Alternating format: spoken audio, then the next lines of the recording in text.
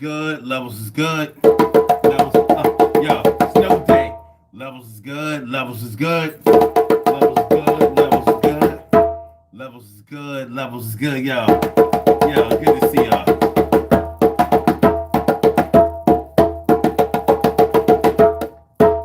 All right. So it's the Urban Therapy with Sun Show. And today we are talking about Together for the Kids, Together for the Money. Together for the kids, together for the money. Now, I could have said together for the kids versus together for the money, but I didn't want to do that because sometimes it might be for both. I mean, what's the use of taking the kids if you ain't gonna have no money, right? Or, yeah. Anyway, that's what we're getting into today. Crazy January 25th, snow day in the city. Shit is wild. It's real wild right now, y'all. It's real wild out there. I'm gonna tell y'all right now, I ain't go out there and shovel yet. While it's still coming down, I'm not going out there and shovel. I'm gonna go out there and shovel right after the show, and we gonna get it popping like that so I can make an impact on this thing. But I was like, look, I'm come in, dust my shit. Everything good. Everything good. How y'all feeling?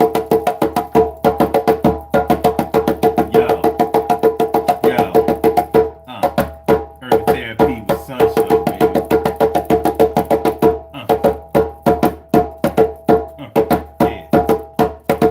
Yeah, yo.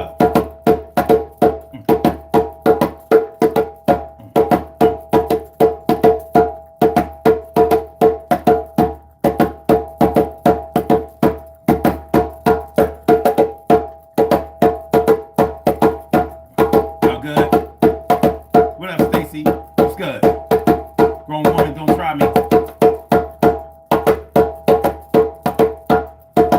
To carry right. I go with y'all old names. Y'all old names. Dimples D's. How y'all feeling, man? Hope everybody's safe and warm. Yo.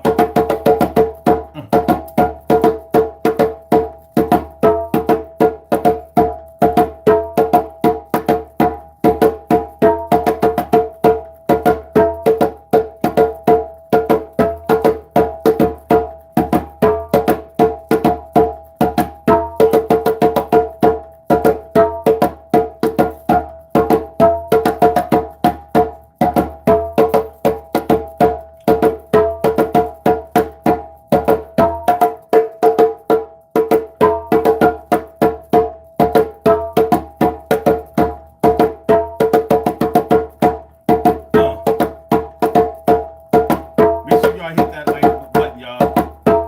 Hit the like.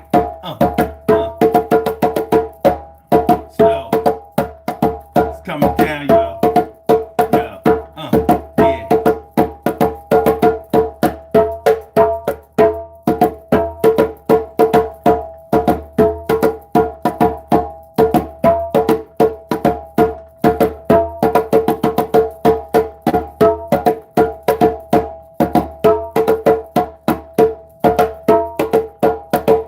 Feel the heat.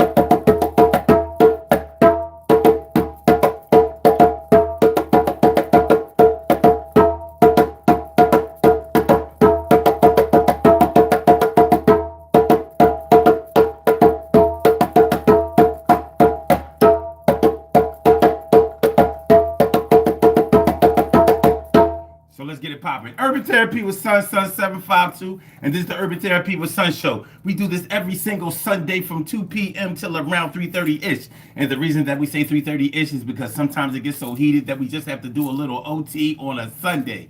And it is Sunday. This is the show where adults come out and play with other adults. We laugh, we cry, we argue, fuss, and fight, go back and forth with each other, bust it up all crazy. We take an introspective look into our own personality to see the way that the universe projects us into this thing called the world and try to figure out this thing called life. I'm your host, Sun 752, aka Omar with the rrrr. And if you can't say Omar with the rrrr, well, then you just say Omar with the R. Today on the Urban Therapy with Sun show, first of all, I'm feeling like a real man, and I hope y'all feeling like real men and women should as well. Today on the Urban Therapy with Sun show, we are talking about together for the kids, together for the money. So we talk about people who are either married and are really just in it so the kids can graduate and say that they grew up in a two-parent family, or in it because they don't want to lose that house. One of them makes more money than the other. You know what I mean? No prenup, you don't always have to make a whole lot of money in order to have a prenup. You can have a prenup just because you want to keep the shit that you came into a relationship with. In the event of a marriage, in a relationship without marriage, hey, it go the way it go. There's nothing legally binding you two together. But you also have to consider that there are some people who have been together unmarried for so long that they may have bills in each other's names. They may have loans and all kinds of things that are legal in each other's names. So it might be cheaper to keep her because you might be dealing with somebody who may stop paying on the loan and mess up your credit because y'all not together no more. So you know how when you're with somebody who don't like to pay their bills, and you have to be the one to make sure that they stay on top of those things in order to keep your credit standing and your credit rating in good standing. So there are legitimate instances where people are unmarried, but they've been together for so long and may have children together, still unmarried. So they have assets together and they have community property, like kids. So that's what we're talking about today.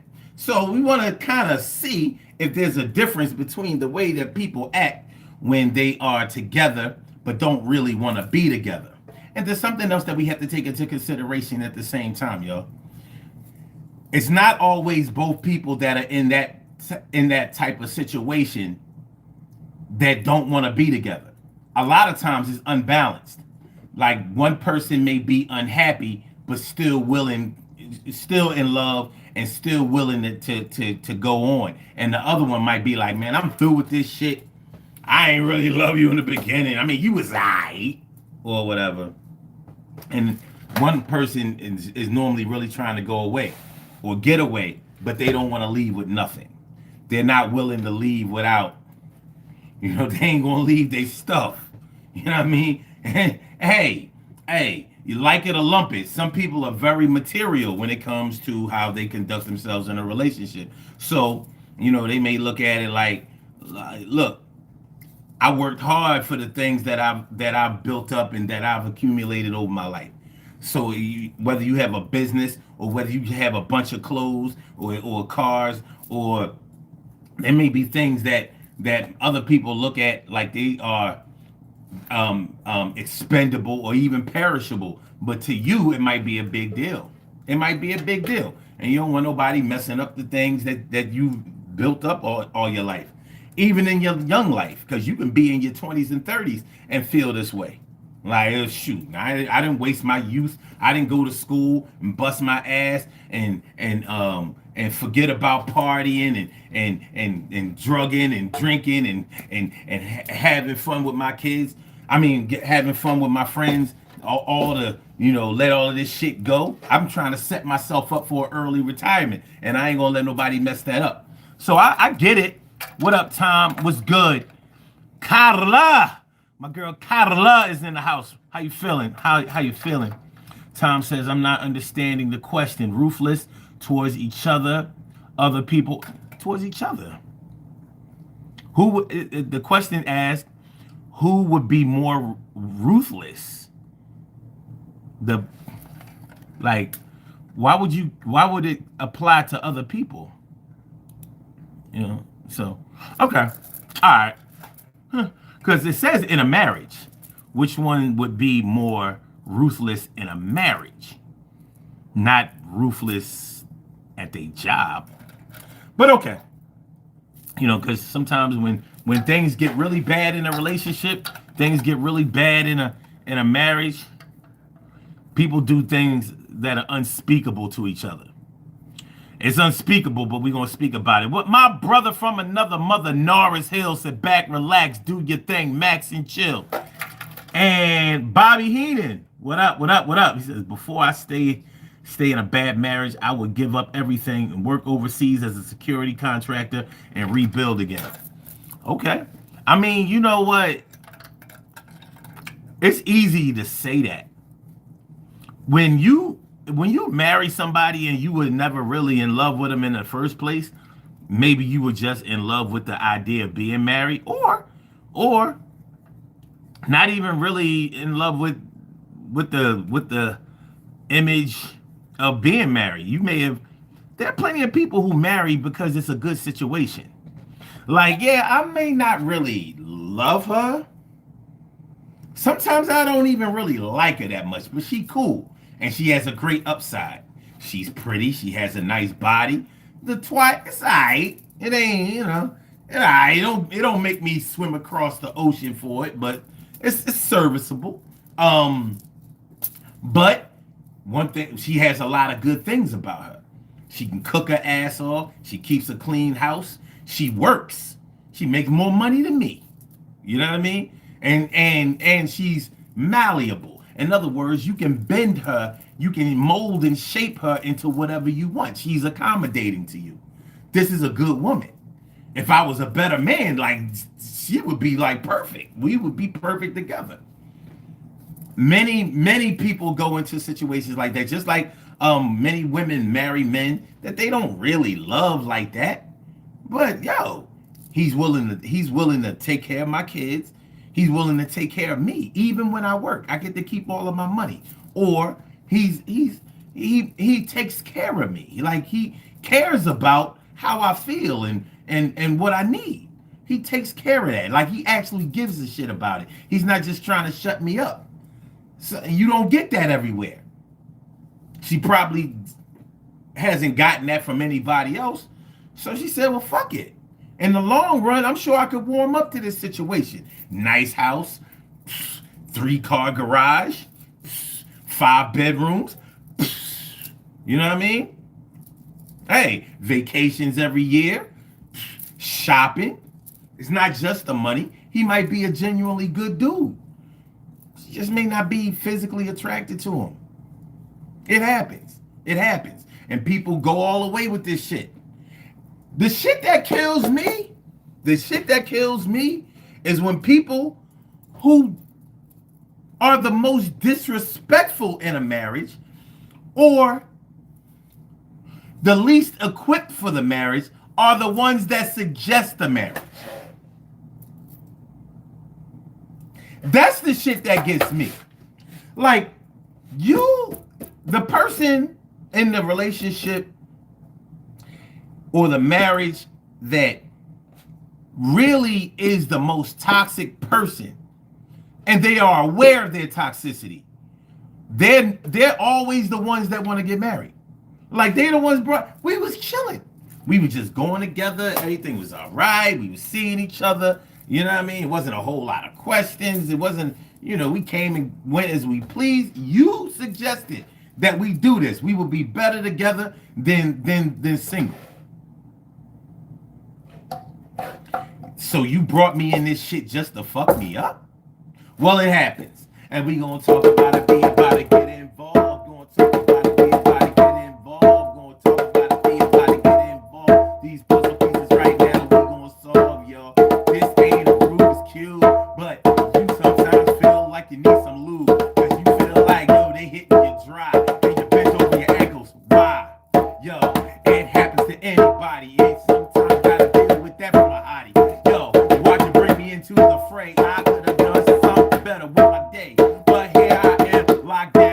you, and it's the worst situation that I ever found. Who, yo, I look to the heavens every day and ask God why I gotta be this way. He said, yo, you got lessons that you got to learn, and right now, brother, is your turn. So you gotta go through the trials and tribulations and the frustration, yo. But you really did used to love her, now you gotta treat her like the opposite of your mother, and shit is real whack, and yo, you feel like your heart is under attack, and you don't wanna go to jail, but you ready to knock this bitch off, and it's a fail.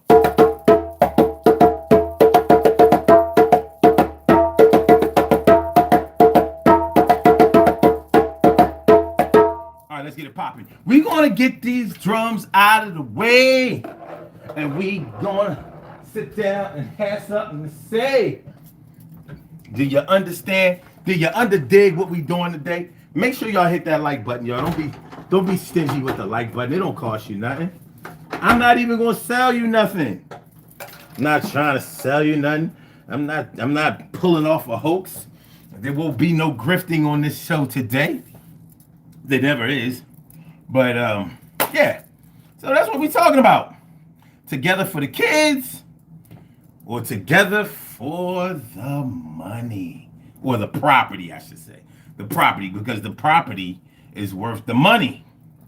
Hey man, there's some people who grew up with humble means or grew up poor. And so, you know what I mean, when they get a couple of dollars, man, they ain't trying to lose that shit. They're not willing to sacrifice it. I get it. I ain't even gonna lie. I get it. Now, I'm not the type of man that will do anything for $1, but I understand what it's like to not have and really need bad. I know what it's like to not have and really need bad. And sometimes your patience ain't gonna dig you out of that hole. It gets real out here, son. Yeah. Do you understand? It gets real out here, dog. Hey yo, son, you know what I mean? When you really need it and you ain't got it, that's a hellish situation. You know, people in hell, they need cool air. They need cooler circumstances. And guess what? They can't get it. So what's the difference between needing cool and being burnt off for eternity, or living in this eternity right here, or this limited time that we on earth, in pure misery? I'm just asking. What you know about it? What you know about it? My brother Time is in the house. What up? What up, my brother Time? What up?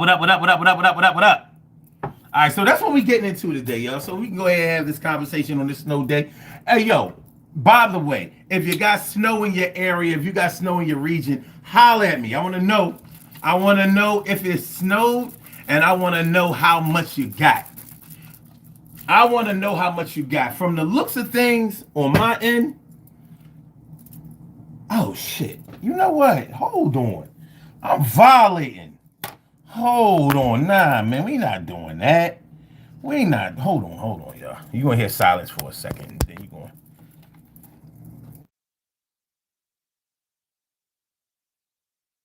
I wasn't giving y'all the proper audio. I wasn't getting, yeah, we straight now. We straight now. Nah, man, I don't play that. I don't play that device audio. We get mic'd up over here. You know what I'm saying? See, now I'm loud and clear. Now I'm in HD. You know what I'm saying? I'm coming through like CDs in the headphones, baby. This is MP3. I'm coming through an MP. Hey, yo, you hear me? I know you hear me. Yeah, we doing it like that. We doing it like that. You know what I mean? I ain't spending this money on this equipment so my wife can just come in and make me use the phone audio. No, and I don't use a ring light either, because I'm flyer than that. All right, anyway, let's get it popping. I'm about to go over here. I'm about to go over here and get my seat, and then I'm gonna take my seat, and then we're gonna talk about this situation. You know what I mean? So while I'm gone, try not to cry. Y'all crying? Oh, so ain't nobody gonna cry for me? Baby, I would cry for you tonight. Hey. All right. So that's what we talking about today, y'all. Together for the kids, together for the money. My life 2X says you lying pretty hard. Like pretty hard, yo. You don't know me like that. If you knew me when I was lying, first of all, I ain't got nothing to lie about. I mean, cause y'all can see my face. I can't see y'all. Yo. So, but I get it. It's all good. CC said we already have about 8 inches and it's 15 degrees, feeling like 7. That's my word. We got just about the same thing, but I don't know if we got 15 inches. It don't look like that much to me.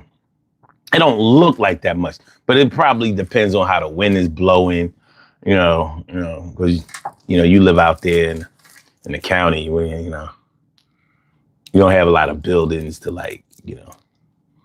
block the snow from accumulating on the ground. You out there with the chipmunks and the deer that run free.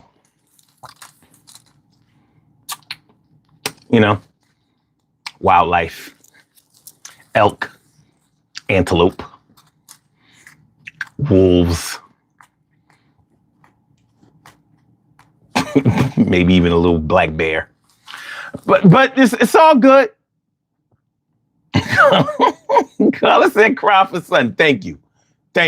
Nobody ever cried for you in your life, you know what I mean? That's not a good situation. Oh shit. Time says it's snowing here in Massachusetts, but the real snow comes on Monday. That's tomorrow. I'm gonna have to go to work tomorrow. I can see that right now.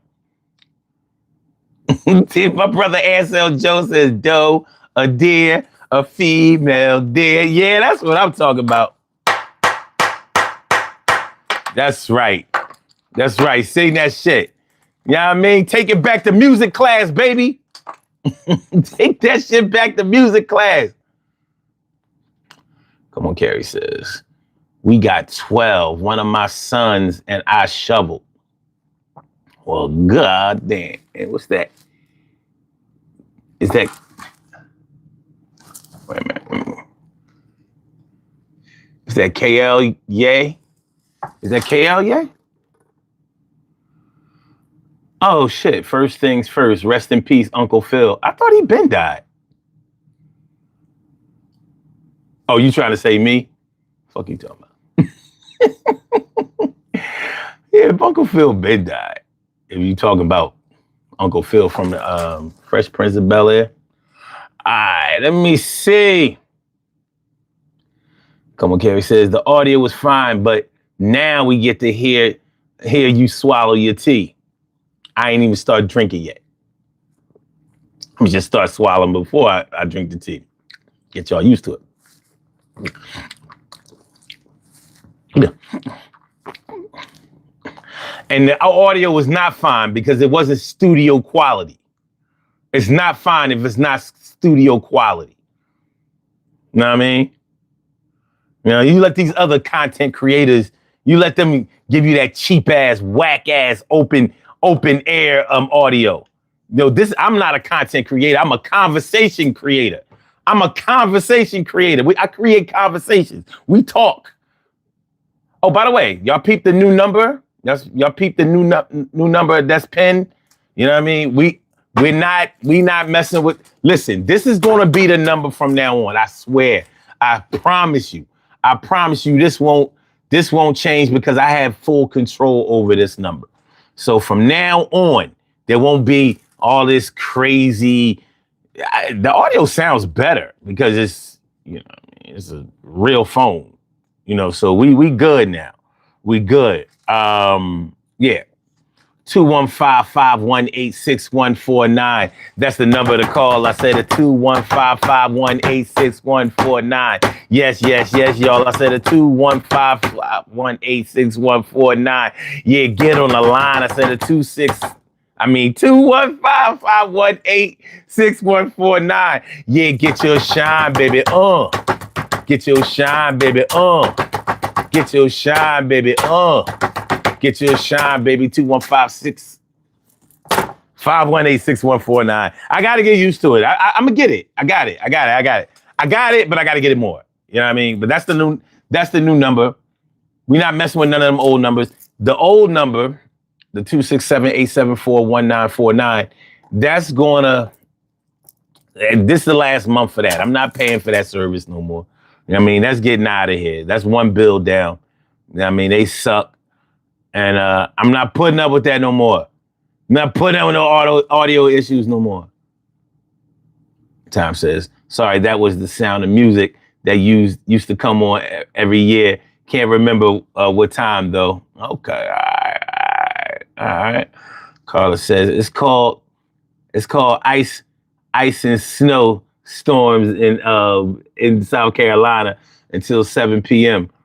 Don't need it down here. They act plumb crazy down here. Yeah. Do y'all got salt? Do y'all have salt trucks down in South Carolina?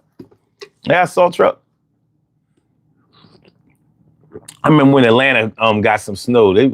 People was like, "Yo, you ain't putting no salt down." They was like, "What salt?" They was like, "What's a salt truck?" He's like, "Oh, never mind. Never mind. We good. Shirley Sherrill, the world's most precious and greatest pearl in the world. Shirley Sherrill, the world's most precious and greatest pearl in the world. What's going on, ma? Good to see me. Some of you always. All right, so out the gate. Neither of these scenarios are probably favorable to anybody. But which one would you think would be a worse situation for you personally? I understand that you probably wouldn't want to be in either of these situations, but you probably have. A lot of people have been through this shit. But given the choice, which one of these would you take over the other one if you did not have the choice not to take either one?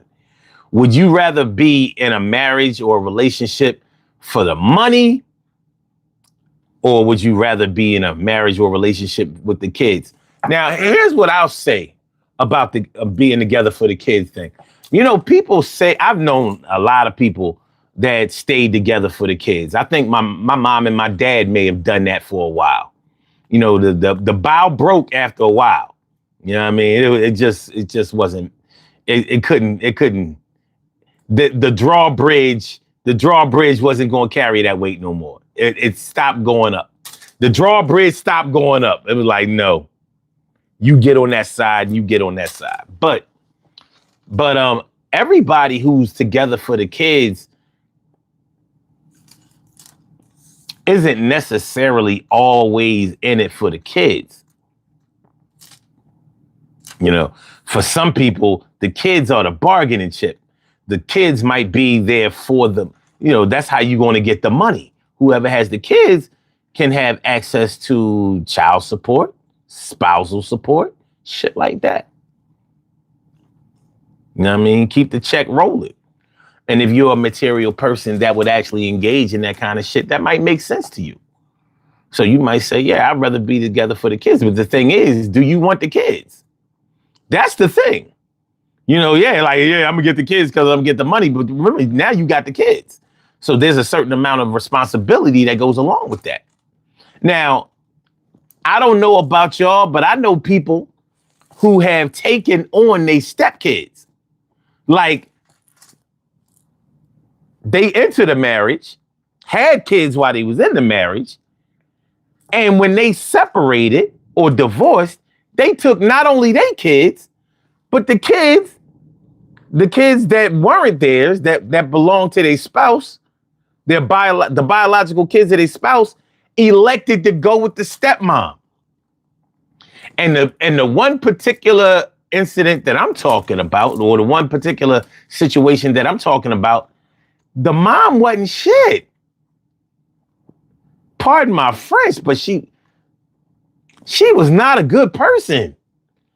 But that lets you know how the power of of partnership and somehow of motherhood can influence children. Instead of going with her dad, she elected to stay with her stepmom. Go figure. And it didn't, ironically, she was the lightest one out of all of them. They was all brown skin, some of them dark skin, and she was the light skinned one. I'm like, what in the monsters is going on here?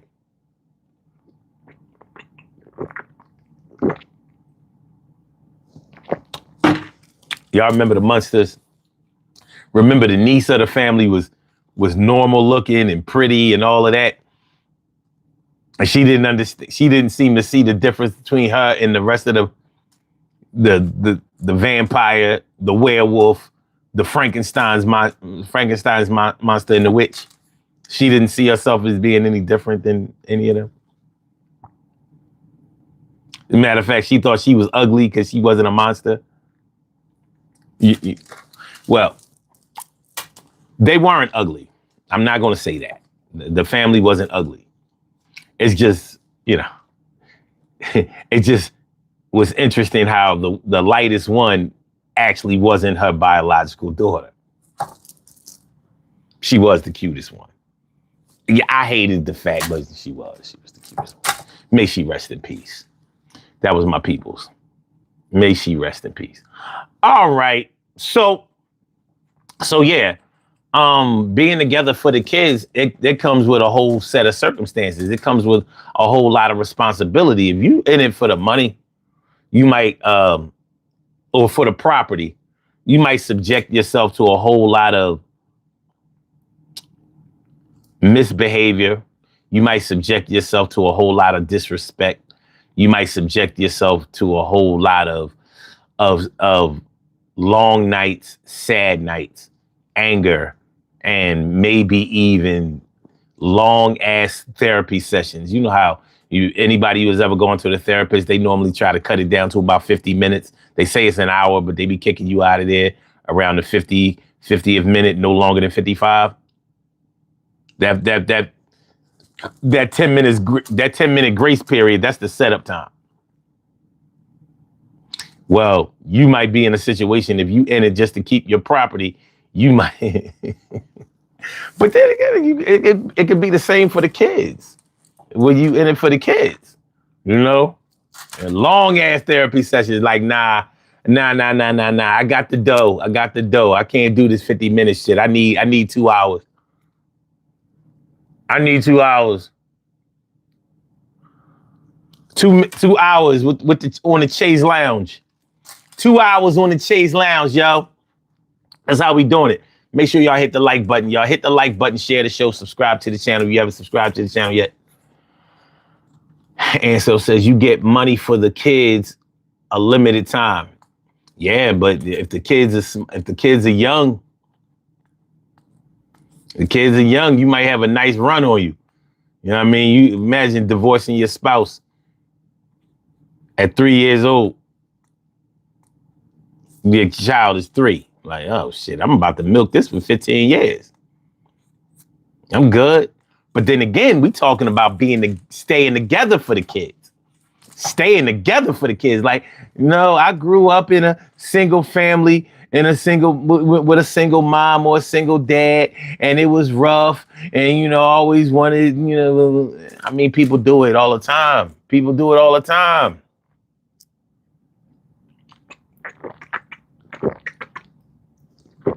It's rough.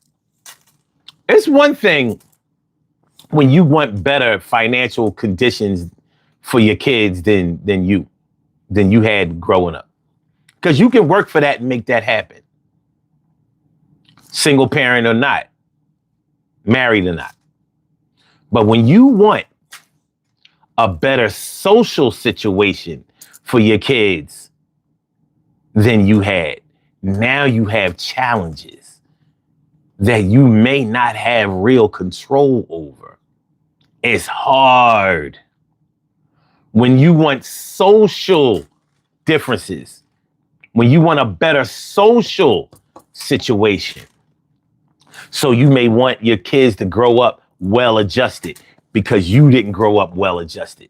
You want your kids to grow up in a nuclear family, a mom, a dad, brothers, sisters, dog, Volvo station wagon, garage, basketball court on the back of the garage door. When you want that kind of shit, that's, doing well in school, having lots of friends, not being heartbroken, not suffering from any type of social or mental or emotional conditions. That's hard for you to control. It's almost impossible. So, it's a crazy situation. But yeah, you can make sure that your kids have more money, disposable income than you had. You can do that. You can control that totally. But when you want a better social situation or better familial situation than you had for your kids, woo! Yeah, that's a toughie, baby. That's a toughie. That's a toughie. All right. Let me see. Carla says, my stepdad took on all 5 of us, and then my baby bro came along even after divorce. Yeah, your stepdad was something else. And it's funny, Carla, because when I hear about, what a man, I hear on the internet all the time what a man ain't gonna do or what a man won't do and all this kind of shit. I got examples, like the same example that you said. I know of examples like that. I grew up with men who stepped up to the plate. I didn't grow up with no irresponsible, ne'er-do-well, always in and out of jail ass niggas. That wasn't my dad, my stepdad. Those wasn't my uncles or my mom's side or my dad's side. You know what I mean? I grew up, nobody was perfect, but they wasn't fucked up. And in my family, everybody, the bloodline is, let's just say it ain't pure. It's a whole lot of, well, you sure that's your, it's a lot of different moms and dads and grandparents, and there's a whole lot of question marks. Like, you let me put it this way, especially on my dad's side. On my mom's side, they pretty straight. But on my dad's side, I'm trying to find us a common denominator. Because the common denominator is not necessarily my grandmother or my grandfather. Fuck with that. I'm just saying. So I've seen some modern miracles. And so Jones says, you're an Eagles season ticket holder. Would you sell one of your tickets to a Cowboys, Commanders, or Giants fan? Hell yeah. I don't be wanting to go to all them games. It'd be cold out that motherfucker. The games that is snow, I'd be like, shit. I'll sell that What? I don't care if you're a Cowboys fan. As long as we win, it ain't gonna be sweet for you. It ain't. Cause I sat next to, at the playoff game that we lost in the first round. I was sitting next to 2 San Francisco fans.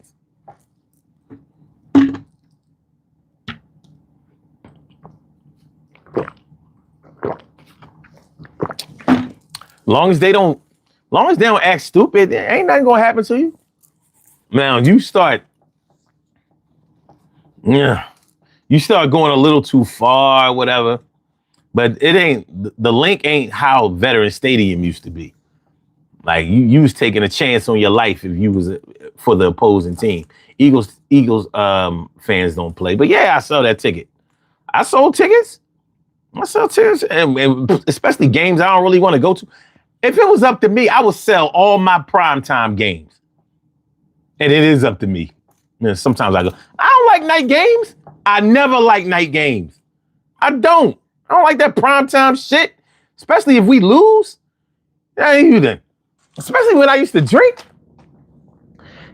Here we are. The game started at what? Remember, Monday night games used to start at 9:00. You remember that shit? It started 8 or 8:30 now, right? But it used to start at 9. So by the time you got out of there, it was midnight.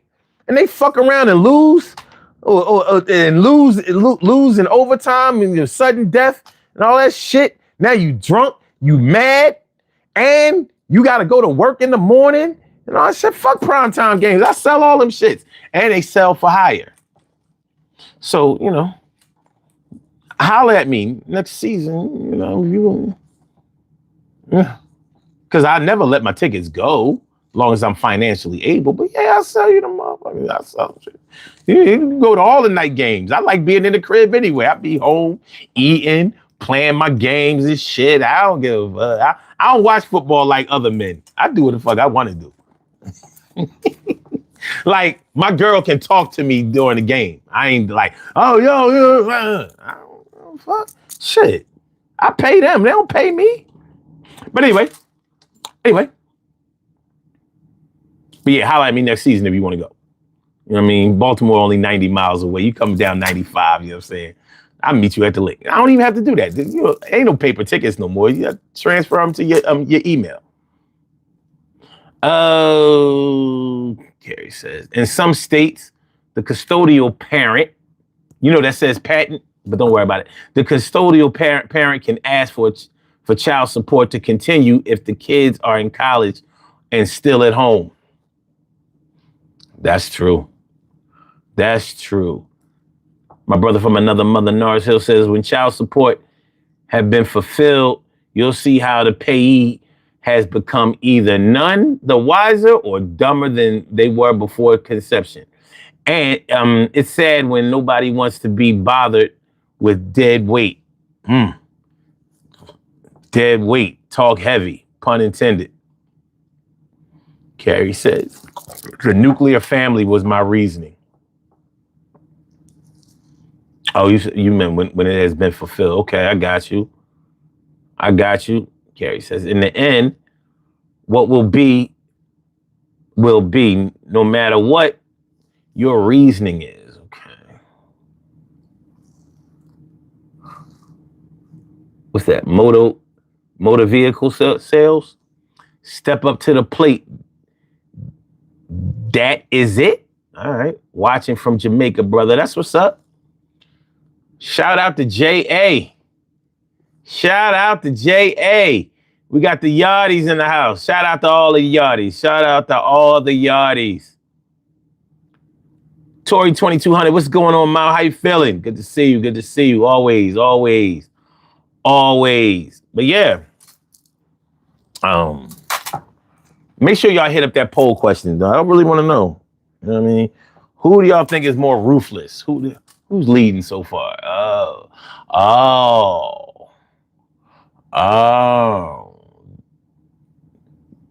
The money is leading right now. Well, let's see how it go.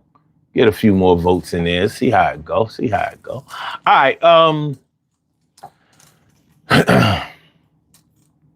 Okay. So when we're talking about staying together for the kids, staying together for the children, the babies, what are we really talking about?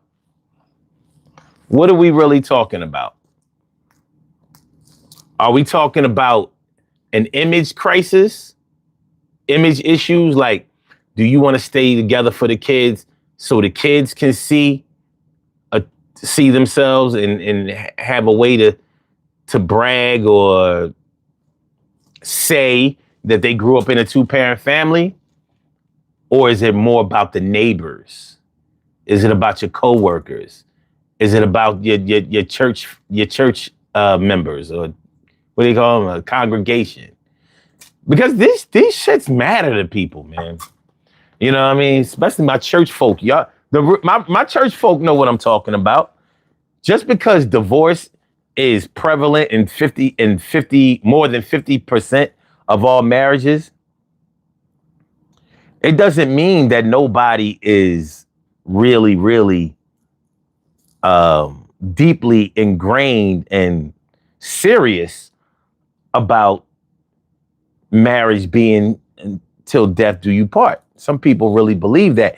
And not only have they been conditioned to adhere to that, but they also may want to one up the rest of the people who are watching them. You know, you think about some of these people who have these extravagant weddings and shit, invited everybody, spent 20, 30,000 or more on a wedding itself. You know, it's not a good look if 5 years later they getting divorced. That ain't a good look. It happens. It absolutely happens.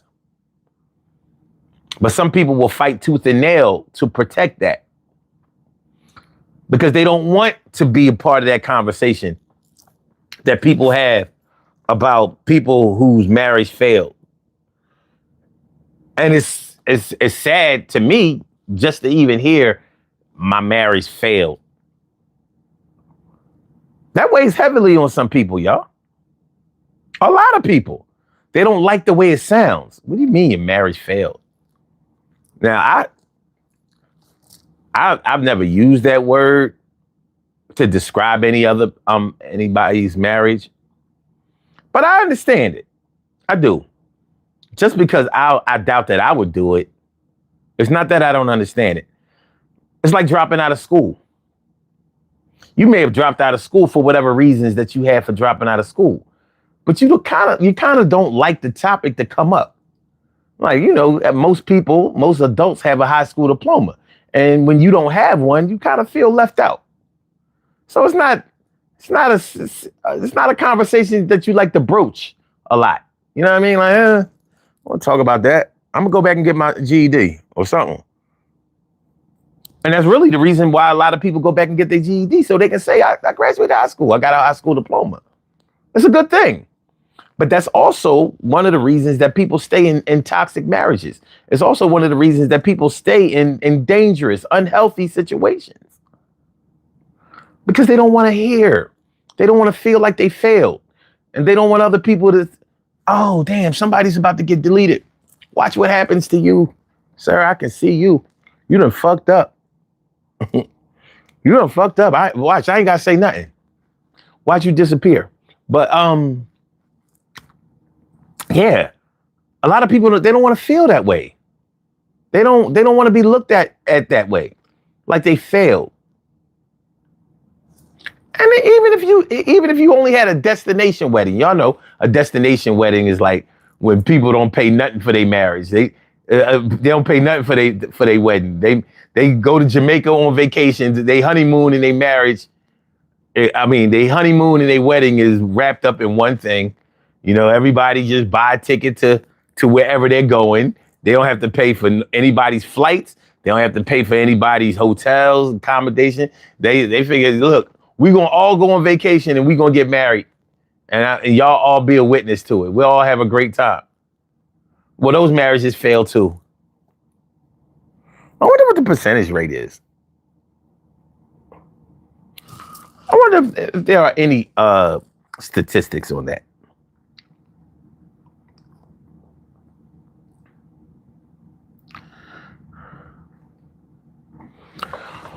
What is the percentage rate of divorce of people who have had destination weddings?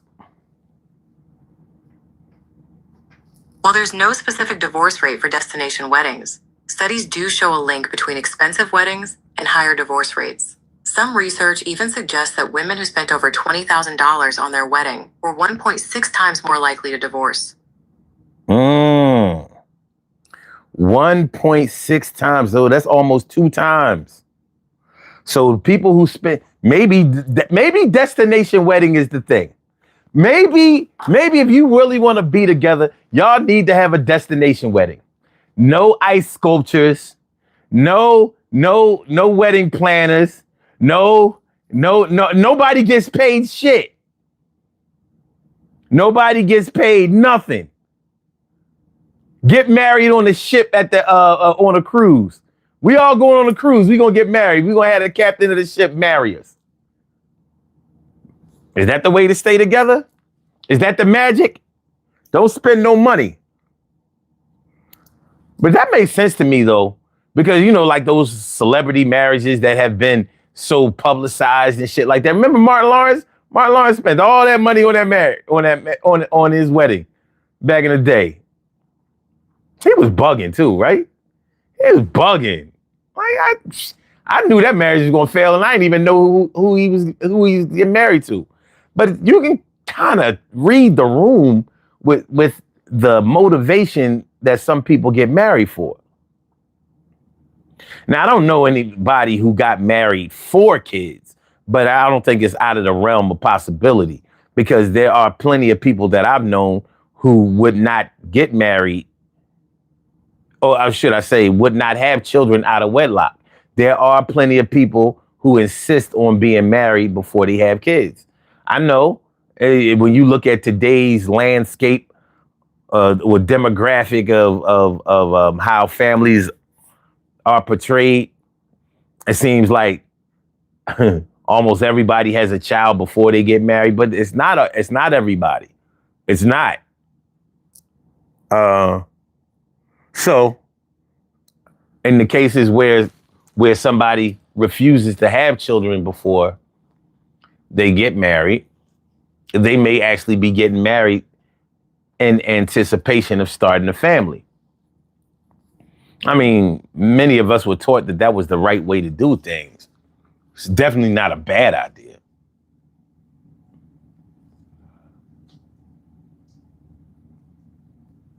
Woo! Carrie says, spend $80,000 on the wedding, then divorce in 4 years. That's $20,000 a year, baby. You done paid somebody a nice little part-time salary right there. That's a nice little part-time salary. Bump City says, I don't like how I felt after it failed. Failure is not a thing that most people take lightly. That's whether you fail in a relationship or whether you fail in business. Business, people don't like we'll talk about jobs that we used to have, but when you start talking about businesses that you used to run them, people don't even Trump don't want to talk about that. Like, wait. Why y'all keep bringing up those casinos? Because nobody bankrupts casinos, motherfucker. You bankrupt 4 in one city. That's not true. The Trump castle wasn't in Atlantic City. It was near Brigantine. You right. What was we thinking? All right. Tori says, most women I know don't feel like it failed. We have divorce parties. It worked for as long as it needed. A divorce party? That sounds toxic in and of itself. And honestly, to me, it sounds fake. I ain't gonna bullshit you. So I got married at the courthouse on a Tuesday. Sounds like, why spend a lot of money on a wedding? For what? You're literally throwing that money away. People do it, and you can do whatever you want to do, but I don't know. Ansel Jones says there's no receipt for a wedding. Oh, there'll be receipts, but they call them invoices. You'll get a receipt. The caterer, the wedding planner, the ice sculpture person, the venue. Oh, you'll get lots of receipts. You'll get lots of them, and all them shits better be paid up before you even think about stepping foot into the venue, whether it's the church or whatever. Carrie says destination weddings are dope and cheap. The resorts don't charge a lot of money, and everything is included. Okay. Carrie says, Tori, I got married in a wedding chapel. Got a wedding ring for my 10th anniversary. Damn. All right, Tori says, we put $500 down on a two-family, lived in it for 1 year, and bought another two-family. Then bought a three-family, no money spent on wedding. Okay. Shirley Shell says, what about the people who divorce and remarry, spending even more money on the second marriage for this? I mean, ain't that the craziest shit? I wish I would remarry somebody. I went all the way to divorce. I got people in my family that have done this shit. I have no respect for it.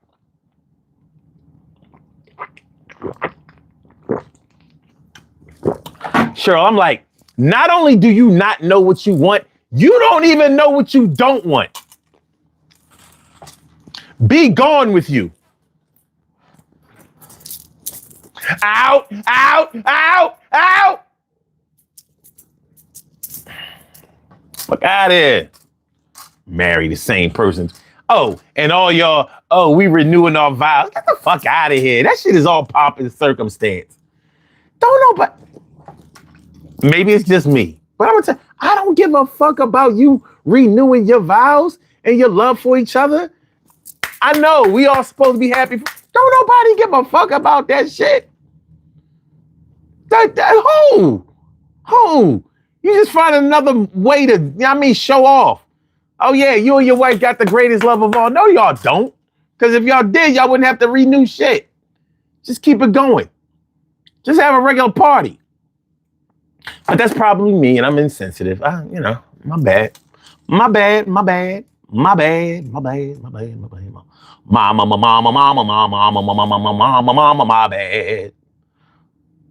My brother Johnny West, what's good? Patriots 25, Broncos 23. Take it to the bank.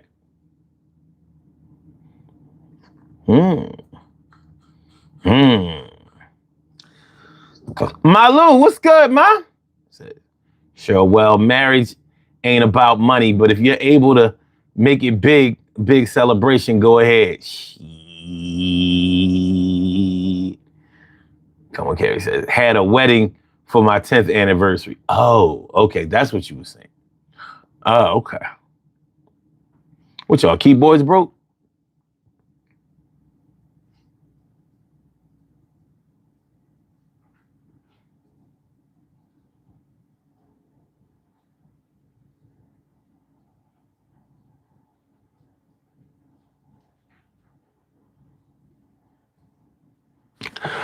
All right.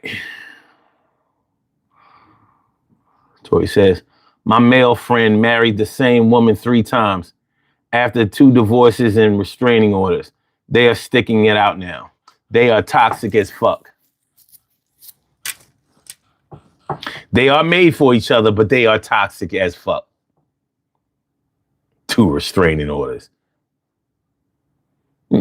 Imagine you could actually go to jail for getting married again. Like, yo, the statute of limitations ain't run out on this shit. You know that, right? My wife set me up. She set me up on our 3rd wedding. I thought I was coming. We was going to get married again. I got there and the cops was there, man.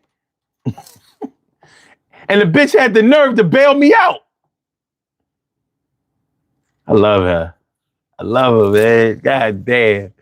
She bailed me out, though. That shit was crazy. We had a little argument, earlier that day and shit. Yeah, she was bad. Fuck is you talking about, nigga? Fuck is you talking about? Johnny West says, I'm going to restart my loan on my home. It's about to be 10 years. Okay. Terrence Howard did that. Married this chick 2 or 3 times. It was a white girl. I know how you get down. I used to see Terrence Howard. I saw Terrence Howard twice, I think at the Outback. Out Ridge Pike. He had some peoples out this way. Conch Hockett. Cheryl said, we like you being our human spell checker. Yeah. okay. Yes. Yes. Yes. Yes. That's right. All right. Tori says, yep. She had to drop the restraining order before they got married a third time.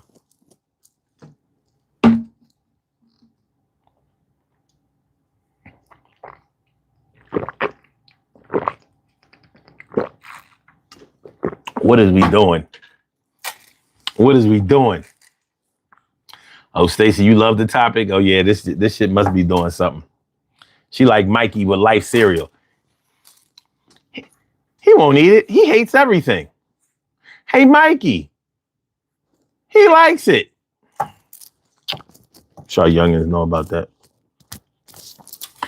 Carrie says, yeah, the two of them lived in Montgomery County.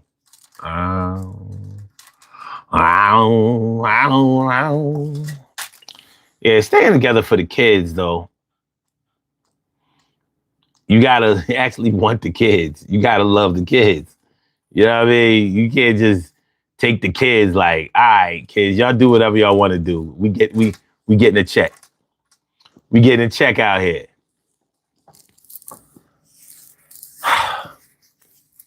And staying together for the kids, that has a lot of different looks to it.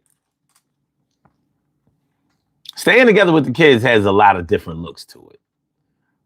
Because on the surface, when you think about somebody staying together for the kids, I know the picture that I get in my head is like somebody who's really not happy in a marriage or a relationship, but they feel like they're doing it for the greater good. They're actually doing it for the future. And it's not that they can't stand the person that they're married to or with, but it may have the situation may have run its course. There was a time when it was a good situation and it went on a steady decline, but y'all got these babies. Shout out to everybody who has tried to save their marriage with a goddamn baby. And when I say goddamn baby, I don't mean that to be blasphemous, because every child is a gift from God to me. But when I say try to save a relationship or save a marriage, I've actually seen this shit. Y'all was on the brink of divorce, or y'all was seeing other people, y'all was leaving, y'all basically had left each other alone. And y'all get back with each other and boom. Had another baby. Now y'all gotta be together again? And tried to act happy about it too. Yeah, I mean, a brand new baby brings joy to everybody else. Ain't gonna bring no joy to you though. Because I ain't seen a baby stop nobody from cheating. I ain't seen a baby make somebody act more affectionate. I ain't seen a baby make somebody be more responsible, fiscally or otherwise. I ain't seen a baby do that.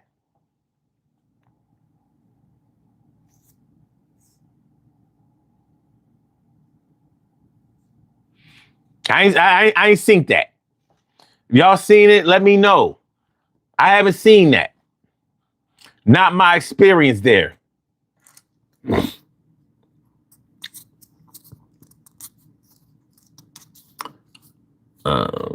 Carrie says, I'm glad that I stayed for the kids.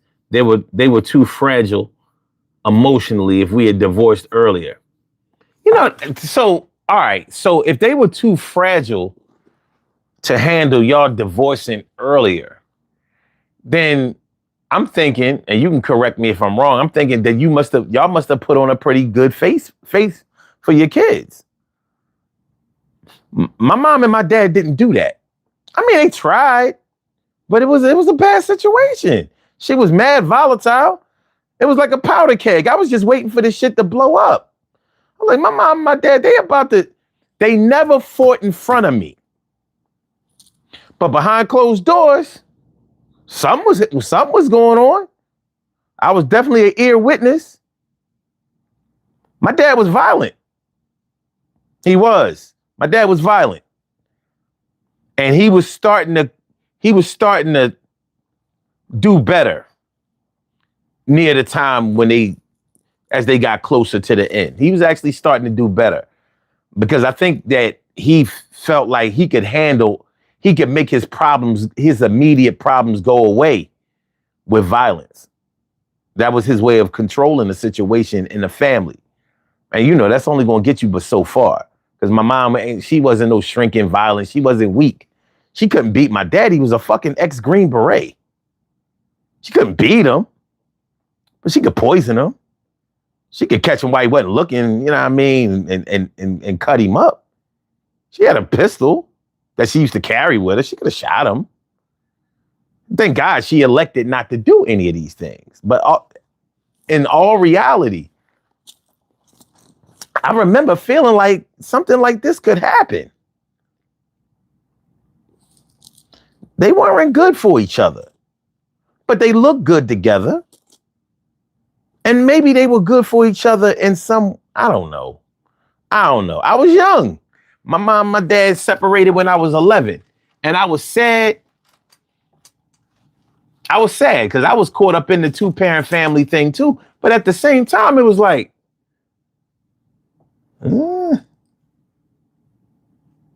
I ain't like the way it happened. Me and my sister, we used to go to Milwaukee because my mom's family lives in Milwaukee, Wisconsin. So we went to Milwaukee in the summer of 81.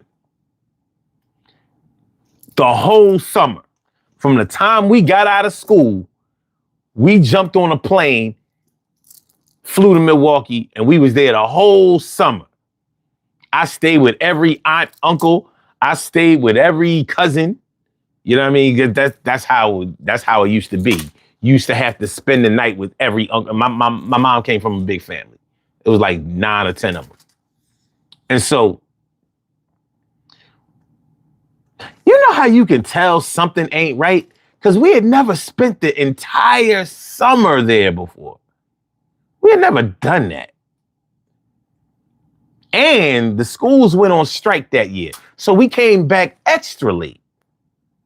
We didn't get back home till September. From June till September. And then when we got to the crib, we grew up in a 3-story house.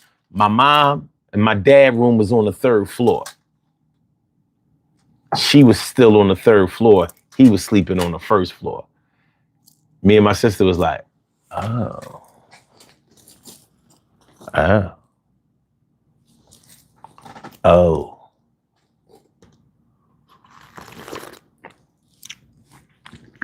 It then went down. Some serious changes had taken place over the summer. And they really had. So, that was a crazy situation. Trying to act like that was a normal situation. They slept in bed all the whole 11 years of my life. And then all of a sudden, he's sleeping on the 1st floor.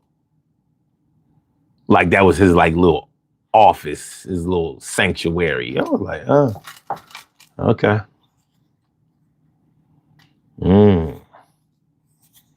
So I had to bring my homework down to his room to get it checked. I was like, okay. Not a good look. Not a good look at all. And so I get it. They had reached the end of they were at the end of their rope. And I didn't want my mom to be under duress no more. I didn't like it. Because she was definitely on the right side of the relationship. Now, I love my mom, my dad, I don't know if it's equal, whatever you might call it. I love both of them. I didn't have anything against either one of them. I love them both 100% in the way that I love them. But my dad was wrong. He had all kinds of kids outside of, during the marriage, but outside the marriage. He was wrong. You know what I'm saying? So I was kind of happy that she wasn't going to be in that situation no more. But now the whole entire financial situation was different too. Everything happened. The bottom fell out of Wall Street while we was in Milwaukee. That shit was crazy. That shit was crazy. All right.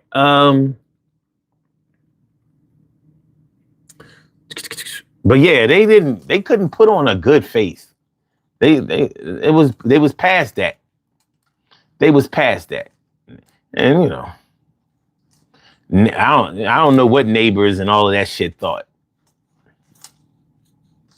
I don't know. We didn't go to church, so there was none of that. But you know, my mom had an active social life, so did my dad, in different ways.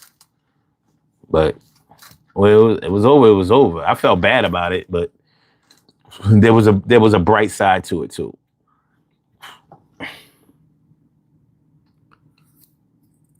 Okay, Carrie says we loved each other, but didn't like each other. So most times it was easy to get along in front of them as long as we gave each other space. Okay.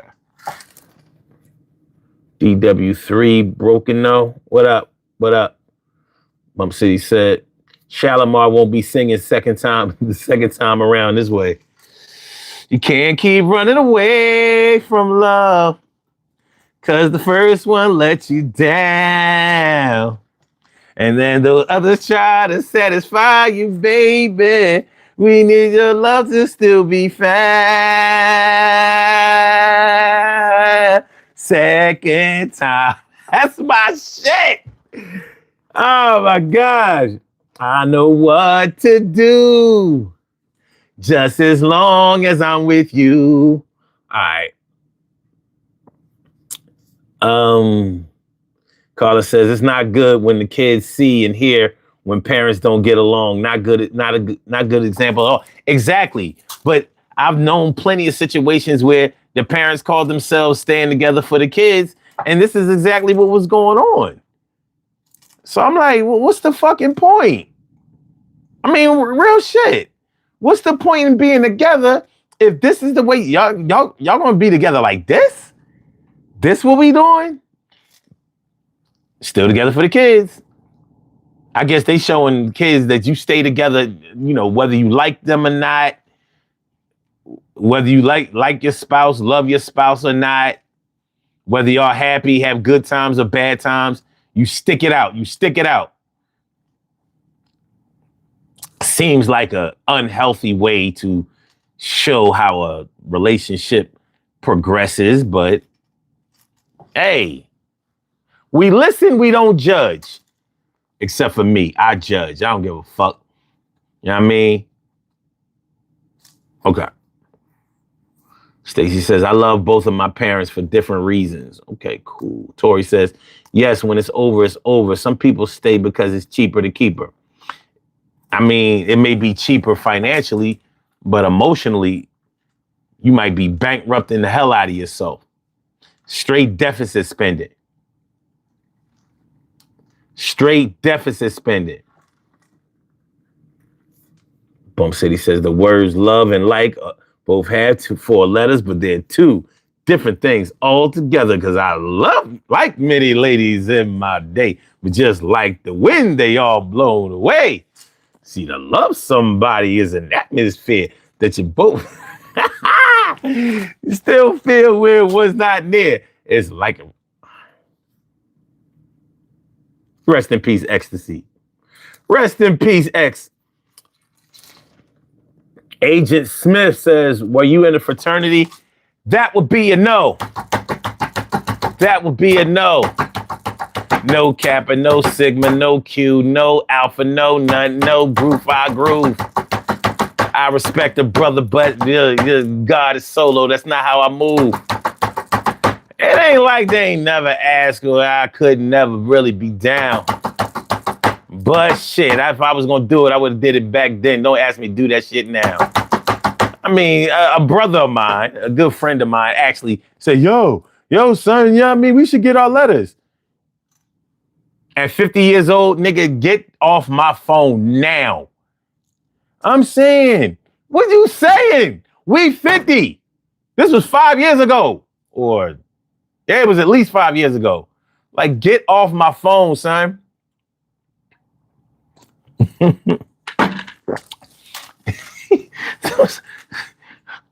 Yeah, I mean, for networking. Nigga, at 50 years old, if you ain't got your networking out of your system,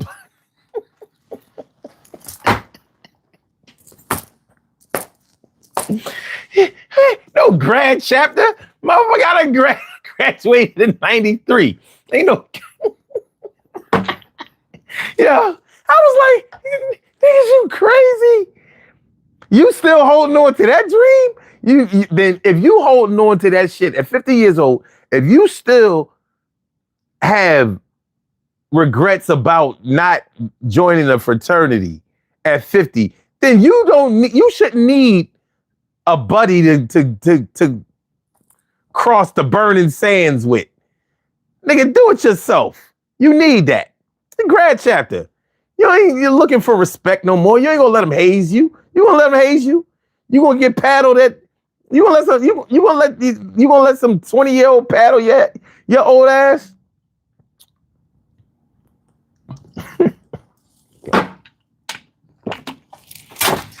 You must be crazy. No, it's all good, Agent Smith. It's all good. Carla said, kids know and feel it when they go outside and when they go outside the home and their friends' parents are different in a good way. You know, I had a girlfriend back when I was 8 or 9 years old, 8 and 9 years old. She wasn't a girlfriend, but she was a friend who was a girl. I mean, we did go together in 8th grade. I mean, in 3rd grade, but you know. But I used to go over their house. She had a brother. She had an older brother. He was a year older than us. And I would kick it with them.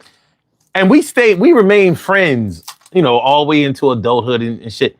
And we was talking, you know, when we was in, this is when we was in our 30s. And she said, you know, Omar, my parents was never really together. Even back then, we used to come over when we was kids. My parents didn't sleep in the same room and all. I never knew. They put on a real good face. Our parents were still living in the house then. I'm like, what? Yeah. Yeah. So, you know, some parents do it better than others. I was like, so let me get this straight. Your mom and your daddy, because they had a little sister in like 78 when we was 8. So although they were in a separated toxic type of marriage, I guess, you know what I mean? Whenever they got a little horny, they went and visited each other's room. However, I don't know. But that's what she told me. Now, granted, she used to drink a lot.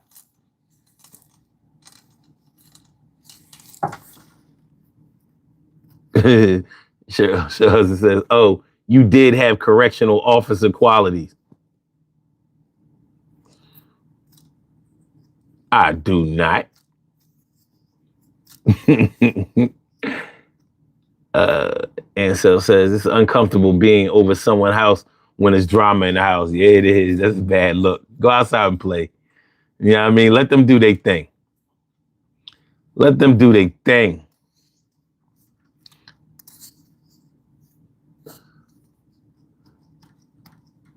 He says, thank you, sir. Can I get another? I left my Philly at home. Do you have another? I want to get blunted, my brother. All right. He said, she just a friend. Agent Smith says, some kids are hazed by the toxicity of their parents. Or even non-toxicity of their parents. I don't know no parents that didn't haze. I definitely got hazed on you know, not on a regular basis, but yeah. That's actually a nice word for it. Hazing. Oh, she's just hazing him a little bit. He was naughty. He got hazed. Oh, damn, they hazing my little sister. Oh, she getting hazed. Woo-wee. She getting hazed. Oh, man, Tori said, your grandparents slept in separate beds. My girlfriend's grandpa did too. Stayed married till death. Ain't that about a bitch? Damn, man. Oh, Cheryl talking about those workouts and hikes was serious business. Oh, that's not correctional officer. You mean drill instructor. Don't correctional officers, they don't be working out. You see how fat they be getting? Know what I mean? Beating up inmates and shit. I guess it could be a workout. You do have some fit correctional officers, but they toxic than a motherfucker. They go to work just to fight. I'm on a CERT team. I'll fuck you up. CERT team, nigga. CERT team. Yeah, man. Yeah, man. But yeah, it's serious business. You know what I mean? Like when you think about the family dynamic, when you really think about the family dynamic of people that you knew, sometimes you find out that all that was glittering wasn't gold. But you have to think about the fact that you was looking at it through those childhood lenses, and we see things differently. We measure adult situations differently when we're children than when we become adults and start having more control over our situations, or and a better keen eye.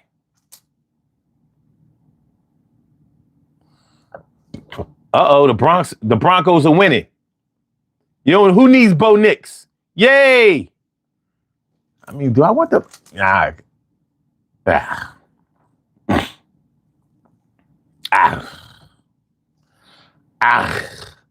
I miss you. I miss you. There's no other way to say it, and I can't deny it. That might be my favorite I Miss You song. It might be. It might be. All right. Okay. Let me see what we got.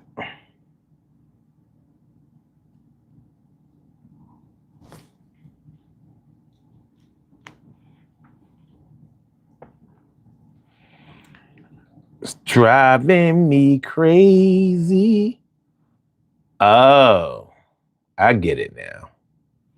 I get it.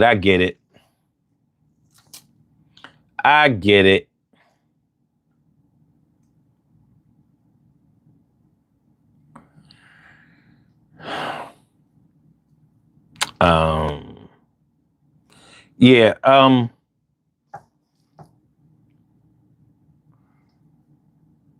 Kerry, you want the Broncos to win? But I guess if I had to pick a team to win it all, I really don't mind. I don't mind the Seahawks winning. And I don't really mind the Rams winning. All the teams that I really, really didn't want to win, well, you know, with respect to my brother Tom, if the Patriots make it to the Super Bowl, I'm a Earl.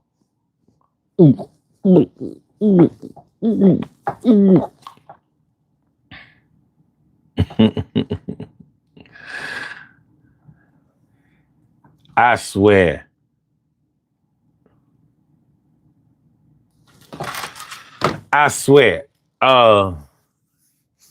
But it's gonna go how it's gonna go. Oh, damn, you right, Nars. Damn. How about Harold Melvin and the Blue Nose? I miss you. Damn. Damn, you right. That shit is the bomb. Especially the long version, you know what I mean? He'd be like, but how's my little son? Does he still like to go down to the supermarket and ride on the. I'm like, well, how long has it been since you? What you mean? How is your little son? How long has it been? If he still like to go down to the supermarket and ride on the little. Remember they used to have at the market they used to have like the little horse. You put a quarter in there, nickels, whatever. It was probably more like a nickel back then. And you know you ride on little horses. They had a little merry-go-round. Yeah. Like how? Would you only been out of your son's life for a couple of a year or two? Yeah. I miss you, miss you, miss you, miss you, miss you. Yeah, that is my shit. Baby.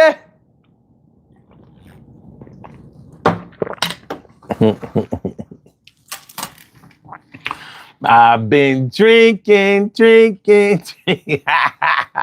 That's my shit. But no, I'm fuck with Climax. I miss you.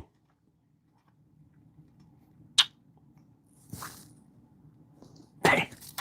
Leave it to my brother from another mother, Norris Hill. What you gonna do? Talk about the Rolling Stones, I miss you?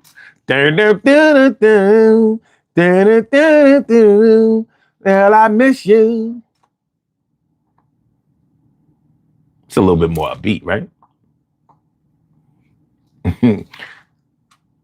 Ooh, ooh. But yeah, all right, let's talk about people who stay in marriages and relationships for money.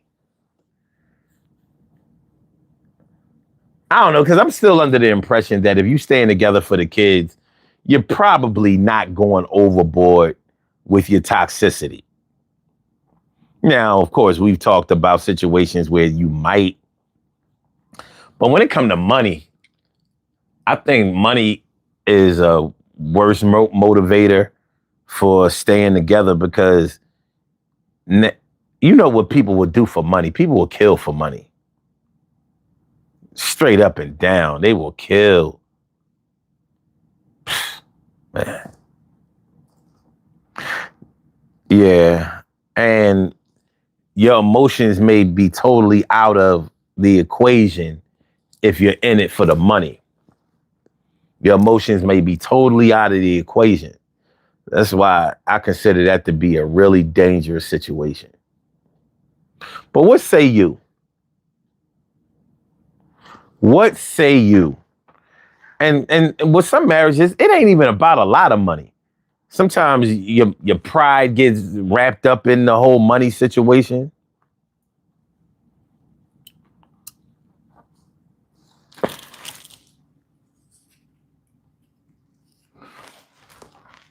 Cheryl says, don't start, Omar. You're going to turn this into a Friday music night. I am not. But just for kicks, can y'all list all of the I Miss You songs in there and we can choose, you know? Let's see how they weigh. You know, just for kicks. You know, like sort of like an intermission thing. I mean, you know, it's not like you taking up, it's not like it's a limited space of characters. You know what I'm saying? So how many I Miss You songs? Let's see. We got 3. Diana Ross had an I Miss You song. Janet Jackson had it. Well, Miss You Much. I guess that counts, doesn't it? It's okay. That was upbeat.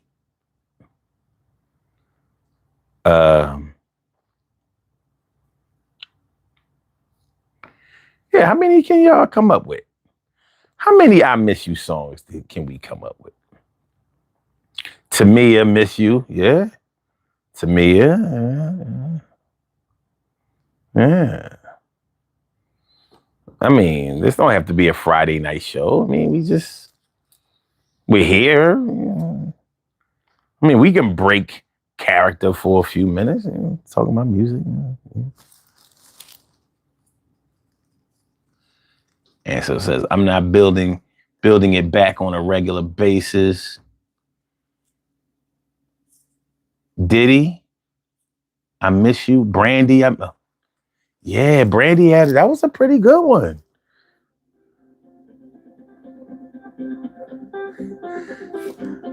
That's interesting right there. The timing of this shit is impeccable. Impeccable. Yeah. What's going on? Am I checked in? Huh? Am I on the business phone number? Irving Irby with 7752? Yeah, you notice you ain't gotta you don't have to say your name. You ain't even gotta do that. Is this the new business phone number? Now this Business lets me know you was listening in the background. As soon as they start talking about music, you said, "Oh fuck this." I swear, you predictable as 12 o'clock after 11:59. I swear to God, boy. This motherfucker been laying in the back for an hour and a half. He said, "Wait a minute." Man, I just woke up about good 20 minutes ago, man. Okay, so 20 minutes, hour and a half, same thing. Yeah, round it off to the near somewhere like that. You know? Oh yeah. Miss You song. I had it right there. It was right on the tip of my tongue. Shit. You motherfucker. Man. Oh, Aaron Hall, Miss You. Aaron Hall, Miss You. Yep. Dedicated to his baby mama. He passed away after having a baby, I mean. What, according to the video or in real life? It was a resemblance of real life from what I was told years ago. Okay. Years ago. This is my Stephen A. voice, the idiot savant. Yeah. But I think I'm talking about the topic because, I want to stay on topic because I don't want you cursing me out. I said, Carla says, Missing You by Total. Yeah, that's a good one. Case. That was definitely a good Case. Oh, shit. Yeah. Case. That's a real good one. Missing You. Yeah. That's before Jay-Z married Beyonce and told her to take off. Video with Beyonce get proposed to. Okay. You can't even find that video no more. Okay. What's going on, everybody in the chat? If you stay married for money, working it out for your kids, I can see. But money, you better leave that shit alone. That can end out. You'll be on the next case of the first 48. Well, I watch the ID channel a lot, so I see a lot of. Yo, man, what motherfuckers? ID channel, the first 48. What motherfuckers are do for a couple of dollars? It's crazy. What people do for money. Sometimes it make me cry.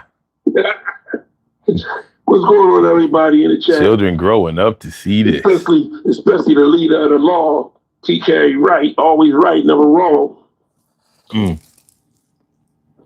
But yeah, boy, you could never stay there for money. You better start watching what you eat. They cook for you and bring it to you nicely. Well, I'm thinking that if you stay together for money, you're actually staying together. You know what I mean? Like, if you was going to kill him, then you're not really staying together for the money. You know what? You're somewhat right, but if you stay together for the money, you might be staying for plot. There's some plot and some plotation coming on. Okay, now all right, check it. Let's say an affluent marriage, right? let's say if one person actually had you sign a prenup, right? And Right. you signed a prenup, so you really only gonna, no matter what, if you kill them, you're not really gonna step off with everything. You know what I mean? Because of the prenup, it could be contested. Right. Not saying that it's a slam dunk that you won't get everything, because you are the next of kin, you know. But in a you can also be staying with somebody that you're not married to, whereas they may be financing you and keeping you right. So killing them would actually be detrimental to your financial situation. That's true. So you could be staying with them for the money. Like every close loving or relationship is not always a marriage. You know what I mean? You know people that have been together for years and years, probably decades, and never got married, had kids and everything, lived with each other and everything, took out loans on each other and everything. What takes me out is when, like, people like, what's his name, the owner of Amazon. You know how much money he lost in the divorce? No. I know he got an awful. He got an awful lot. Yeah. Her name is Mackenzie Scott. You know, she's been doing a lot of donating money to the HBCUs. Okay. But I think she got maybe in the billions. But I mean, we done nothing but fight. The consumers through Amazon done nothing but finance that divorce. I mean, he got a lot of billions. You know what I mean? Jeff Bezos got a lot of billions. He can sacrifice a few. Jeff ain't no joke, boy. I mean, I'm pretty sure when he went to the next marriage, to what's her name, Sanchez. They just got married last year. I'm pretty sure he had a prenup with that one. But this last one, that's the one that was the one that was there for you before you became great. Oh, okay. Like, yeah. I'm willing to lose these billions to get my trophy wife now. Yeah. But but like I was saying, you might not be married. So, if somebody is taking care of your financial situation and you're not married to them, knocking them off wouldn't. Well, let me ask you a question. That ain't gonna work for you. What about the common law part then? Do that works itself into there? Pennsylvania's a common law state. It's a common law state, but personally, I don't know of any common law situations, to be honest with you. And I've known people who've been together for mad years. And one of the reasons that I haven't known anybody that has been in any common law situations is because a lot of times people have been together for years and were married to somebody else, which might have been a reason that they never got married. Yeah. You know what I mean? They was already married to some woman that they've been married. Dude might have been married to some woman he was married to back in the 70s. Never went through with the divorce. But they've been separated for 30 years. Shit happens. That's the truth. So, so there are a lot of layers to this situation that deserve consideration. You know what I mean? But being together for money, it's a dangerous situation because more than likely your emotions have been taken out of it. Like, that's not what you in it for. You in it to make sure that you leave with what you got. Did you just see what T. Carey just put in? How much Mackenzie Scott got? Oh, 19 billion. 19. God damn. She got generational wealth for like 100 people. Look, the earth can end it. When she come back, she's still gonna be a billionaire. Yeah, they ain't never. All the money she donated to HBCUs is just pretty much the back end money. 19 billion. Hey, yo.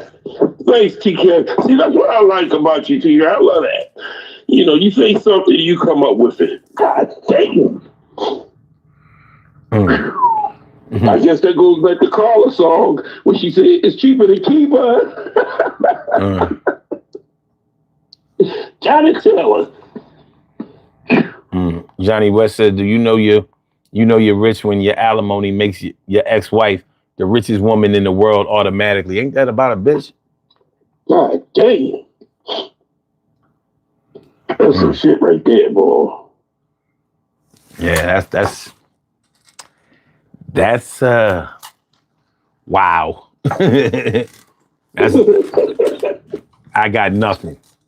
She said they was married from 1993 when Amazon was just a book club, but was just Ain't that books. some shit? Ain't that some Amazon shit? was selling fucking books. They wasn't even selling CDs yet.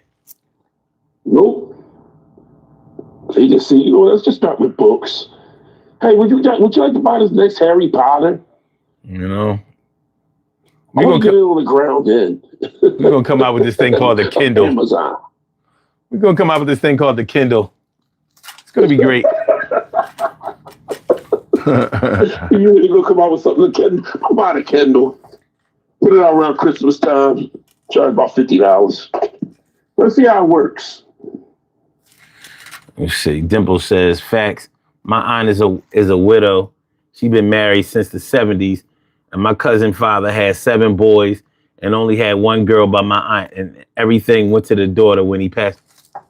This shit happens. This shit happens. You know what I mean? People be together. This is one of the things that discourage a lot of people. Well, no, I'm going to say this is one of the things that make people, hurry up and get married. You know what I mean? Like you ain't gonna leave me high and dry like this, motherfucker. You got diabetes. But there's some people that get that separates, don't get a divorce, right? And it gets to the point where that they don't want to get a divorce because if something should happen to them, they don't want to be left out of the cold. But that's what I'm talking about. Yeah, that's what you're talking about. Yeah. I mean, because it can get really toxic. It can get really toxic. Like, imagine the man or the woman that you've been with for 15 years go in the hospital. You can't go visit them because they spouse then showed up and said, no, you can't come the fuck in here. But the fucked up part is, y'all ain't been together for 10 years, but all of a sudden now you want to come in there and pull rank and try to do a funky dope maneuver because you feel as though you can say what you want to say and you have something to say about it. And legally legally they have every right to. Yes, they do. No contesting. Yes, they do. That piece of paper hold weight. That ink on that paper hold mad weight. Yes, it does. Now on the flip side, they might have all kinds of affidavits, loans,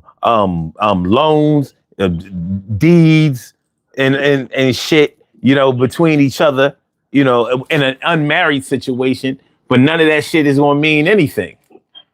None of that whole weight against your spouse. Yeah. So yeah, I get it. I do. I get it. And, in my lifetime, I've been offered to be married. Like, we could just get married. We don't even have to live with each other. You could just do your thing, and you know what I'm saying. But we would be there for each other. If anything's that. I've been offered this shit multiple times. I'm like, what the fuck is it? Man, we don't get the fuck away. Yo. Like, yo. She trying to set me up for the insurance joy. You know what I'm saying? Like, wait, Hey, T. Carey, can you do me a favor and stop telling me about this? She said apparently they're saying that the divorce settlement ended up being $62 billion.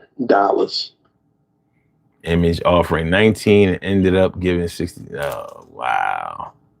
God. Googa mooga mooga. He said, "Fuck." And most of us are trying to look for enough money to put on a down payment for settlement fees for a crib and shit. This is some bullshit. Amazon stocks put her at a net worth of $62 billion. So she still got stock in Amazon.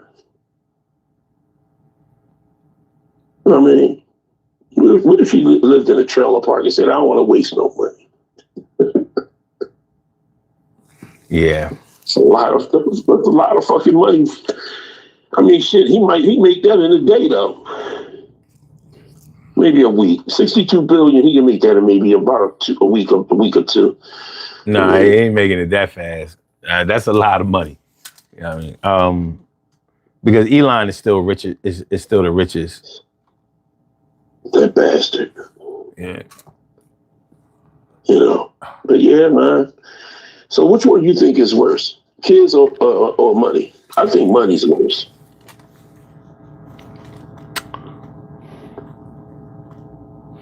With a gun to my head, I would have to. Which one would I submit to?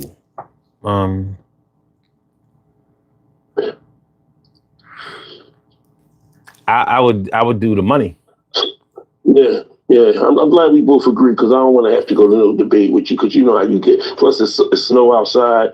I don't want to have to be in a debate and it's snow outside and you all. Well, the thing is, you have to understand that there is a such thing as there not being a right answer. Just because you choose something, you know what I mean? Like everything in a competition, you got to learn how to identify what's what. And I'm glad you said that because that's what I be trying to tell you sometimes, son. No, you don't be trying to tell me. I just told you that. That means I understand it. So, like, no, you're not doing that. You know what I'm saying? You missed the ping pong ball. I get to serve. All right. So, no. TK Wright said the kids. The reason that I would rather be in a situation where I was in it for the money more than the kids is because I don't think me being me, I don't think I would have a problem walking away from that. If it was the kids, if I was in it for the kids, that might make me want to stay.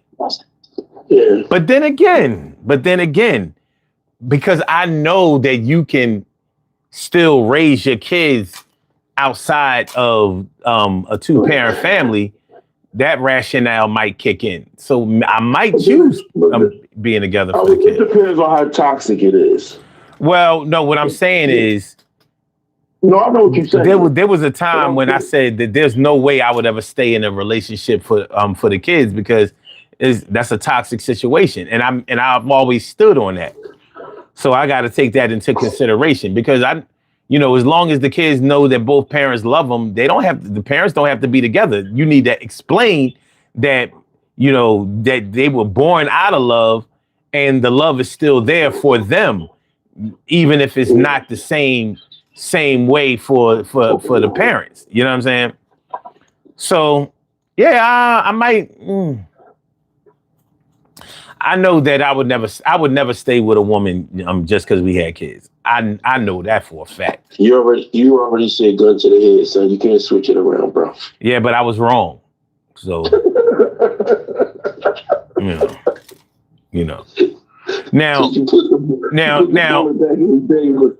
Now here's the thing. Are we talking about having the kids at all? Or are we talking about, just not living in the house with the kids? Like, let's say it was a situation where I know as soon as I break up with this woman, she gonna take the kids and move to California, and I'm not gonna see my babies when I want to see them. Yeah, but you know what? Even still, even if you break up or you separate or you get a divorce, it still comes down to the money too, bro. Well, but we're not just talking about marriage. Yeah, but I'm talking about. Well, yeah, that's true, but it's still gonna come down to money, even if you're not talking about marriage, because you still have to give money to custody for the kids. What if she made way more money than you? That's true. I've been in situations where, you know, chicks made more money than me. You know what I'm saying? Situations like that, yeah. Yeah. So, you know, the court look at it fair and square. You know what I'm saying? So it takes me out because when 50 Cent, even though he wasn't married and he was going through a custody thing, you know, all these years, and then when his oldest son was he said he couldn't live off, I think it was $30,000 a month. He couldn't live off $30,000 a month. Mm. You know? Yeah. So yeah, it's a there's a lot to talk about, but you know, I wouldn't want to with the money. Like I said, sometimes there's an absence of feelings, an absence of emotions. You know what I mean? Mm-hmm. And that's a danger. That can be a dangerous situation. That's true. I mean, it's dangerous anyway because if your emotions are in danger, unsafe is unsafe. We didn't see people. We didn't see, like I said, we all look at the IG channel, or we look at we might be just going through YouTube and they just throw some shit up there, and you just want to see what's going on with it. We didn't heard it for years and years how people then, you know, killed their spouses over, you know, then you find out that they were already going through problems, and one of them was ready to divorce the other, and this, that, and the other, and the man had the money or the woman had them. So we didn't see and heard about so much of it when it came to over money. The sad part that it had to come to that part, but you know, I mean, you know, it's just I know a friend. Him and his wife can't say that, you know, once the last child graduate high school and go to college, that's it. It's over. The marriage is over. I've heard that plenty of times. Yeah. Plenty of times. You know, they was just hanging on for the tassels, the cap, and the gown, boy. Yeah. You know, I'm sitting up here thinking, I thought about Donny Hathaway and Roberta Flack. Where's the love? Since we always got to mix the songs in. But shit, the love been gone. Well, yeah, I mean, honestly, the love can still be there, but once the like is gone, it's a wrap. Yeah. All right, let's do this. Let's do this poll question. Which couple would be more ruthless in a marriage? The one with the kids or the one for the money? All right, 36%, 36% said the money brings out the worst acts in people. All right, 25% said the kids because they may feel trapped in that marriage or that situation. 4% said whoever is seeing someone else. I'm surprised that only 4% said that. Because having your concentration on somebody else outside of the marriage can really fuck shit up. Yeah. But okay. And 36% said whoever had an agenda from the beginning. Oh, all right. Interesting poll results. What do you think about that last one? Whoever had an agenda from the start. Yeah, they probably been ruthless all through the situation. Yeah. You know what I mean? One person just been ignoring it or allowing it, or, you know, thinking that it was just their way or that it was going to change one day. Shit. Yeah, that agenda shit is rough, boy. Oh, it is. You know what I mean? Yeah, it absolutely is. And that's the thing. That's the sad thing about relationships, that when people come into a relationship and they come in there, you know, I mean, let's talk about the 3 to 6 month rule we was just talking about on Thursday. You know what I mean? No, we're not talking about none of that because we ended the show. I'm not going back. What I'm saying is that I'm gonna hurry up and jump back to where I'm at. But from the 3 to 6 months, when you get to know each other and this, that, and other, and y'all all already getting into that relationship status, I want to do an agenda kick in, either male or female. You know what I mean? I just wonder. Man, I've known people straight up and down that had an agenda going in, and they shared it with me. So yeah, it is what it is. Yeah, so I've seen it in other people who didn't say shit. But I've actually had it admitted to me, like, yeah, I'm doing it, and male and female, not just one, male and female. That money makes a monster out of motherfuckers. They like, look, at least I can go shopping. Bills will be paid. You know what I mean? And that's that. All right, let's do these birthday shout outs. All right. We have some birthday shout outs to do. Some people were born on this glorious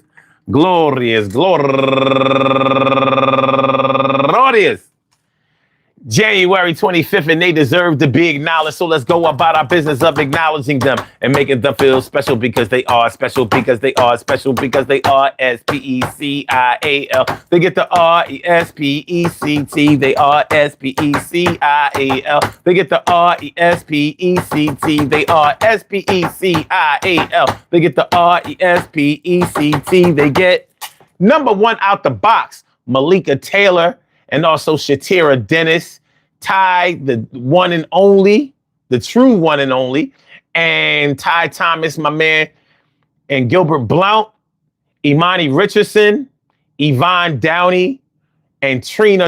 I want to say happy birthday to all of y'all. And I hope that today finds y'all in good health, happiness, mind, body, soul, and spirit. And that goes out to each and every person out there born on this glorious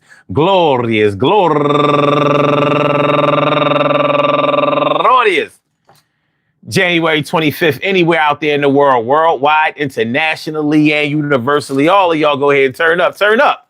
But don't turn up too loud. Just turn up loud enough so everybody can hear you. Rock out, rock on and do the damn, the rock out, rock on and do the damn, rock out, rock on and do the damn thing. You do your thing, y'all. Represent the queens and kings. You do your thing, y'all. Represent the queens and kings. Good things happen to those who wait. Great things happen to those who grind. And anything can happen to those who go for theirs. So go hard, go for yours, and remember, yo, for the money or for the love, whichever one that you choose, all I can really say is choose wisely because your future definitely depends on it, and your present can be always totally messed up.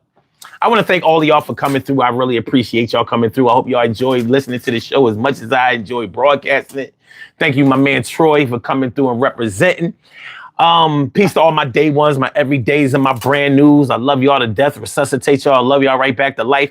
We will be back on tomorrow night, Monday going into Tuesday, 2 a.m. in the morning for another Daily Go Get 'Emism show. So y'all have a great night. Yo, stay snowed in, chill, have a good time. Peace. Hit the like button, share the show, subscribe to the channel. 1.